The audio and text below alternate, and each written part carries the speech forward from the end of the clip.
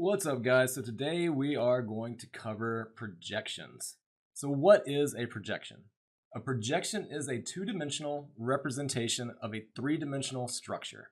So imagine this three-dimensional structure on this page is a ball and stick model you made with your molecular model kit. And imagine there's a light source over this model and a sheet of paper underneath it. So when you turn the light on, it's going to cast a shadow on our paper, right? So say you get out a pen and you trace that shadow. Well, what you have created is a projection. So the most common projection that we're going to talk about in this class is the Fischer projection. With a Fischer projection, both the horizontal lines and the vertical lines have a meaning. Our horizontal lines are going to represent bonds coming towards the viewer, so bonds coming out of the screen or out of the book towards you. Vertical lines are going to be the opposite. Those are going to be bonds going into the screen or into the paper away from you.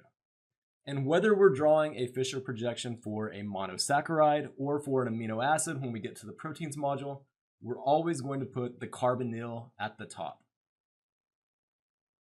So one of the primary ways we're going to use Fischer projections in this class is to show a pair of sugar enantiomers. And we're going to label one of these sugars as a D sugar and its enantiomer is going to be an L sugar. So how do we determine which one is D and which one is L? So we're going to look at the Fischer projections for both sugars. We're going to find the chiral carbon that is furthest from the carbonyl. If the OH attached to that last chiral carbon points to the right, it's a D sugar. If the OH attached to that last chiral carbon points to the left, it's an L sugar. So like always, I think the best way to learn how to do this is to jump into some examples. So let's try one here. So take a look at the molecule on this page. I want you to draw a Fischer projection for both of the enantiomers that exist for this monosaccharide. I want you to label each of your Fischer projections as either the D monosaccharide or the L monosaccharide. So go ahead and pause this video and see what you come up with.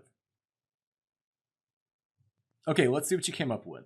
So the first thing I'm going to do is figure out which of these carbons are chiral. So the carbonyl carbon can't be chiral because it's attached to only 3 other atoms. The carbon at the other end can't be chiral because it's attached to 2 hydrogens. So what about the middle carbon? So we have an OH going down, an H going up, an aldehyde group to the right, and a CH2OH group to the left. So that's 4 different groups. So the middle carbon is our only chiral carbon. Okay, so let's draw our first Fischer projection. So we know the carbonyl has to go at the top. And now in a straight line, we're going to draw our other 2 carbons. And so for our second carbon, our chiral carbon, we have an OH and an H. So for this first one, it doesn't matter which one we do. So I'll go ahead and start by drawing the OH on the right and the H on the left. Okay, and the bottom carbon, since it's not chiral, it doesn't really matter how we draw the atoms in. So we tend to just write them all together as CH2OH. Okay, now let's draw our other Fischer projection, our mirror image. So we'll start with our carbonyl at the top. And since our carbonyl carbon isn't chiral, it doesn't matter how we draw the oxygen and the hydrogen attached to it. And let's add our other 2 carbons in a straight line. And then for our second carbon, we just have to flip-flop what we did for our first structure. So this time we're going to put the OH on the left and the H on the right. And then once again, for our bottom carbon, since it's not chiral, we're just going to write it as CH2OH. Okay, so now let's identify each of these as the D enantiomer or the L enantiomer. So remember, we're going to find the chiral carbon that's furthest from the carbonyl. And in this example, there's only 1 chiral carbon, and that's the carbon in the middle, position 2. And if the OH is pointing to the right from that last chiral carbon, it's a D enantiomer. And if the OH attached to the last chiral carbon is pointing to the left, it's going to be the L enantiomer. So let's try a reaction example next. So this is one of the reactions that we learned about in the last lecture. This is an addition reaction between a carbonyl and an alcohol. And our reactant for this reaction is an aldohexose that you may have heard of. It's called glucose, which just so happens to have both an aldehyde group and multiple hydroxy groups. So we're going to start by splitting our alcohol between the hydrogen and the oxygen. And then we're going to break the double bond on our aldehyde. And we're going to add the H from our alcohol to the previously double bonded oxygen, and the rest of our alcohol residue to the previously double bonded carbon. So what we have created here is what is known as a cyclic hemiacetal. We still have our HOCOC linkage, so we still have a hemiacetal carbon. It just happens to all be in a ring now. So besides being really cool, what in the world is the point in doing this? Well, it's because this is the primary way sugars exist in nature. That's right, sugars primarily exist in the cyclic hemiacetal form, either as a 5-membered ring or a 6-membered ring. So when we have a sugar that forms a 5-membered ring, and we are counting the oxygen as part of the ring, we call that a furanose. And a sugar that contains a 6-member ring, we call a pyranose. So this is not too terribly important for this class, just a historical tidbit for you. But these names come from the common names for a pair of cyclic ethers. Furan, which has a 5-membered ring, and pyran, which has a 6-membered ring. So while Fischer projections are really good at representing the linear form of sugars, they kind of fall apart with these cyclic hemiacetal forms. So we're going to draw the cyclic hemiacetal version of sugars using what we call Haworth projections. So here's how Haworth projections work. So we're going to start by putting the oxygen at the back right on a pyranose and at the back center on a furanose. Our hemiacetal carbon is going to be carbon number 1 if it's an aldose, or as close to carbon 1 as possible if it's a ketose. We're going to shade the bonds at the bottom of the structure to show perspective. So these Haworth projections are side views. So you're looking at this molecule on its side. And the oxygen that makes up the ring is far away from you, and these shaded bonds at the bottom of the structure are actually what's closest to you. And since this is a side view, that means that the bonds pointing down are below the plane of the ring, and bonds pointing up are above the plane of the ring. And the bonds that are below the plane of the ring correspond to the right-hand side of the Fischer projection, whereas bonds above the plane of the ring correspond to the left-hand side of the Fischer projection. And our last chiral carbon lets us know if this is a D sugar or an L sugar. If the bond from the last chiral carbon to the terminal carbon is pointing up, it's a D sugar. If the bond from the last chiral carbon to the terminal carbon is pointing down, it's an L sugar. But in order to draw or name these cyclic sugars correctly, you need to know which anomer you're trying to draw. So what is an anomer? So an anomer is one of the 2 cyclic forms of a monosaccharide.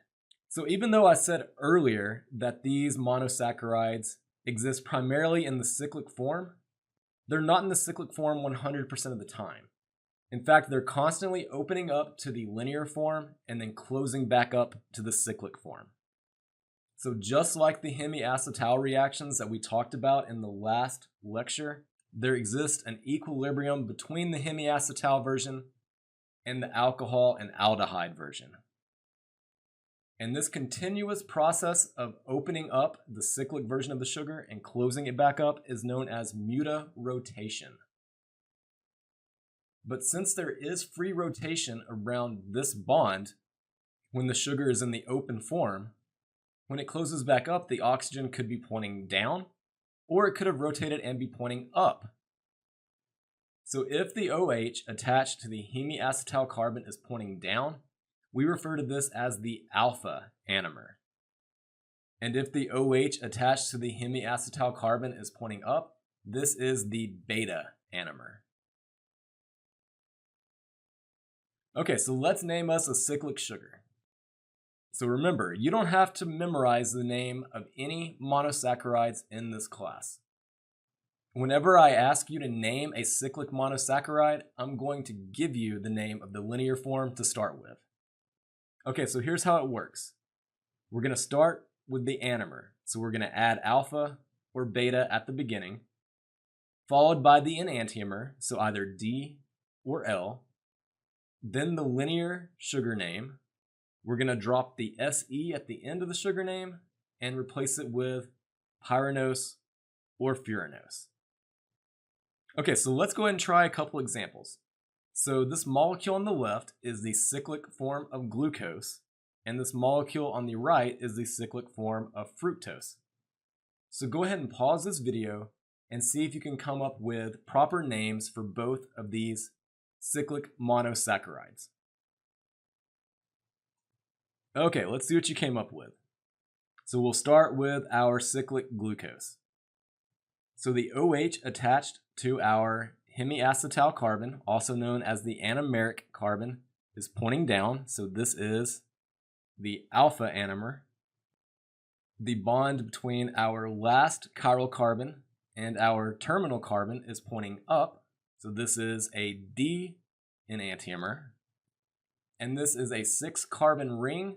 So this would be a pyranose. So the name of this cyclic monosaccharide would be alpha-D-glucopyranose. Okay, now let's see what you came up with for our fructose. So the OH attached to our hemiacetal carbon is pointing up. So this is a beta anomer. The bond from our last chiral carbon to our terminal carbon is pointing up. So this is also the D enantiomer. And this is a 5-carbon ring, so this is a furanose. So the final name for this cyclic monosaccharide is beta-D-fructofuranose. Okay, so we're going to finish up today with a pair of examples. So I want you to look back over the rules from Haworth projections and see if you can convert this Haworth projection to a Fischer projection. So let's go ahead and pause the video and see what you can come up with. Okay, let's see what you came up with. So the first thing we have to do here is break apart our hemiacetal into the original alcohol and aldehyde. So we kind of have to reverse engineer that addition reaction we learned about in the last lecture. So once again, while the mechanism of this reaction is a little outside the scope of this class, we can do a simplified version of this reaction. So here's what I want you to do. Let's start by splitting up the alcohol attached to our hemiacetal carbon between the oxygen and the hydrogen. Next, let's break the bond between the oxygen in our ring and the hemiacetal carbon. And finally, the ring oxygen is going to grab this free hydrogen to form an alcohol, and we're going to form our carbonyl by making a double bond between the hemiacetal carbon and the oxygen. Okay, so let's go ahead and draw all of that out in a new structure.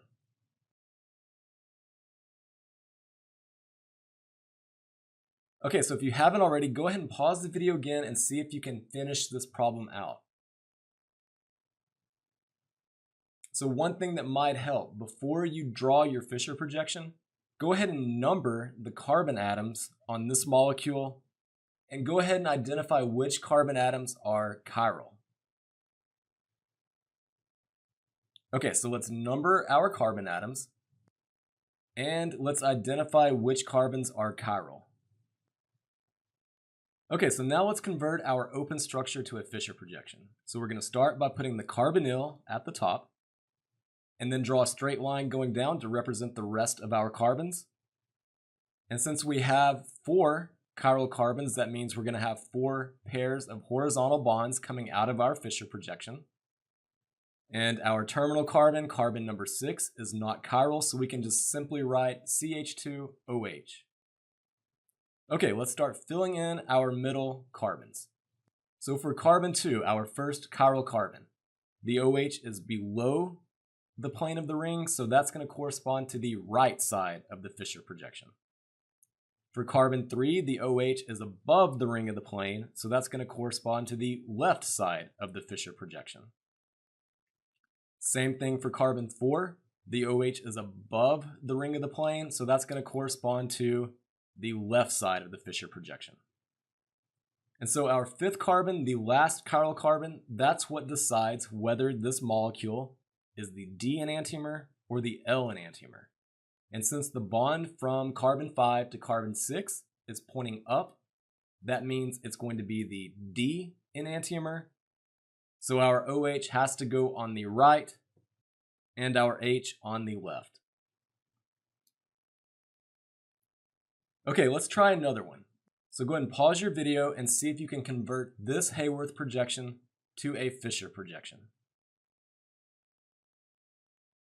Okay, let's see what you came up with. So we'll start by finding our anomeric carbon, and we're going to split up the alcohol attached to the anomeric carbon between the oxygen and the hydrogen. And then we're going to break the bond between the ring oxygen and our anomeric carbon. And now our ring oxygen is going to grab that free hydrogen, and we're going to regenerate our carbonyl by drawing a double bond between the anomeric carbon and the oxygen. Okay, let's clean this up and draw our open form.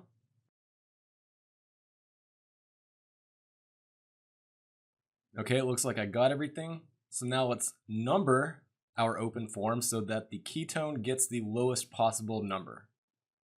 And let's identify each of the chiral carbons. Okay, so we'll go ahead and attempt our Fischer projection now. So we want our carbonyl carbon as close to the top of the molecule as possible. So that means we're going to start with carbon 1. And since it is not chiral, we can just write CH2OH. And now we can add in our ketone.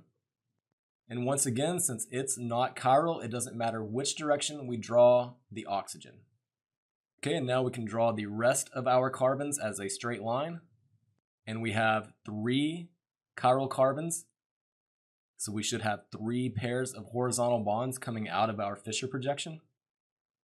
And carbon 6 isn't chiral either, so we can just write it as CH2OH. Okay, let's start filling in our middle carbons. So carbon 3, the OH is below the plane of the ring, so that corresponds to the right side of the Fischer projection. Carbon 4 is above the plane of the ring, so that's going to correspond to the left side of the Fischer projection. And the bond between carbon 5 and carbon 6 is going to determine if this is a D sugar or an L sugar. And since that bond from carbon 5 to carbon 6 is pointing up, that means this is a D sugar. So the OH has to be on the right. Okay, and here's a fairly hard question to go out on.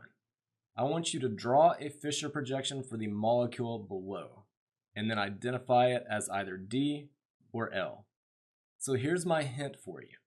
I want you to build this molecule first with your molecular model kit, and then I want you to rotate the molecule to focus on one chiral carbon at a time.